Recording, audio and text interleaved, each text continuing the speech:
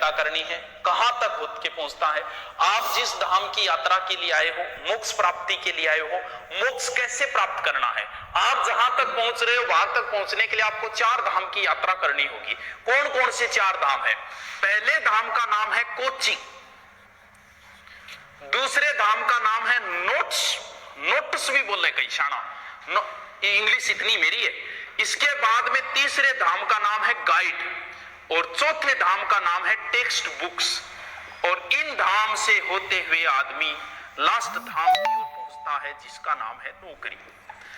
यहां पर मनुष्य को मोक्ष की प्राप्ति होगी।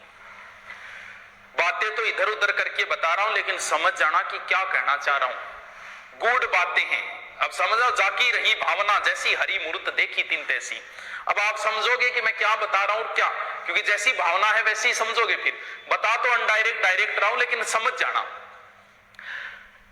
खूबसूरती होगी, हर कोई युवा इसके लिए जाग रहा है, रातों को जाग रहा है, दिन को जाग रहा है, इधर उधर घूम रहा है, इन धामों की यात्राएं राय ले रहा है।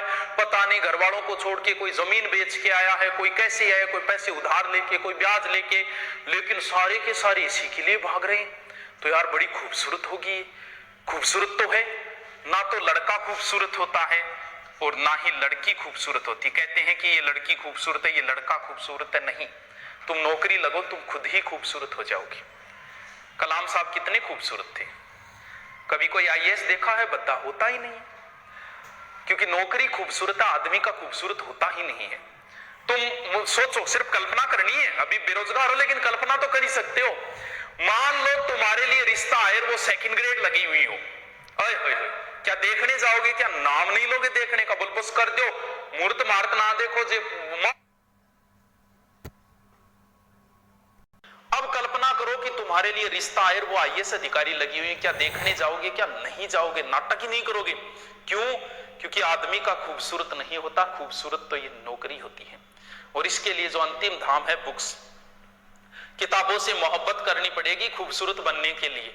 ये खूबसूरती तो 25-30 साल तक होगी, उसके बाद नहीं है ये खूबसूरती। खूबसूरती तो ये रहेगी, कुछ भी नहीं मेरी जिंदगी में सिवाय किताबों के। जब तुम आओगे मुझे बदला हुआ ही पाओगे, कुछ भी नहीं मेरी जिंदगी में सिवाय किताबों के। तुम्हारी ख्वाहिश थी मेरा कमरा सजाने की, पर मेरे कमरे में सिवाय किताबों के कुछ भी नहीं। अब तो बस चारों ओर किताबें हों, और किताबें ही किताबें हो। लेकिन किताबों तक पहुंचने का ये रास्ता बताता हूं, कैसे रुचि पैदा करनी है, कैसे पहुंचना इस धाम तक। जीके में कैसी रुचि पैदा होगी आपकी। नौकरी के लिए, अरे आप बोलोगे नहीं थोड़े दिनों बाद तो सीख रहे, वो दिन दूर नहीं है। अभी तो आप बाबूजी होटल में खाओ, वो दिन दूर नहीं है। किसी प्रोग्राम में जाओगे ना, पास वाला आपसे पूछेगा, क्यों पूछ रहा है ये और बता दो। वो आपसे पूछेगा भाई साहब करते क्या हो, नाम तो बाद में पूछेगा, करते क्या हो, क्यों। इस सवाल का जो जवाब आएगा उसके बाद वो निर्धारित करेगा कि आपको कितनी इज्जत देनी है। थे को करण ने तो के कराई लाग रहा थी, अब वो आपको कोई इज्जत नहीं देगा। अब आप बोलो पुलिस में हो, अच्छा पुलिस में हो गए, गधा ड्यूटी बीकानेर, और बीकानेर तो हमारा है, पहुंचिए थर्ड नंबर दो। आपको किस लिए पूछ रहा है, आपको कितनी इज्जत देनी है। तो ये तो बड़ी खूबसूरत है। आप तो बोलोगे नहीं, थोड़े दिनों बाद आपकी सेक्रेटरी बोलेगी, और उस सेक्रेटरी का नाम होगा नौकरी। लेकिन इस धाम तक पहुंचने के लिए इतनी यात्राएं करनी पड़ेगी। कौन से धाम पे ज्यादा ठहरना है, कौन से धाम पे नहीं ठहरना है, वो सारी बताता हूं। सबसे पहले जब दिमाग में नौकरी आती है तो आदमी सबसे पहले इसी धाम की ओर रवाना होता है। ये एक कोचिंग का एक कीड़ा है जो दिमाग के अंदर है, इसे मारना है। इट्स डिपेंड ऑन यू कि कहां मारते हो, कितने पैसे में मारते हो, ये तो आप पे डिपेंड करता है। कुछ लोग इस कीड़े को बड़ी जगह जाके मारते हैं और कुछ छोटी जगह पे भी इस कीड़े को मार लेते हैं, क्योंकि उन्हें तो पता है कीड़ा है, मारना है।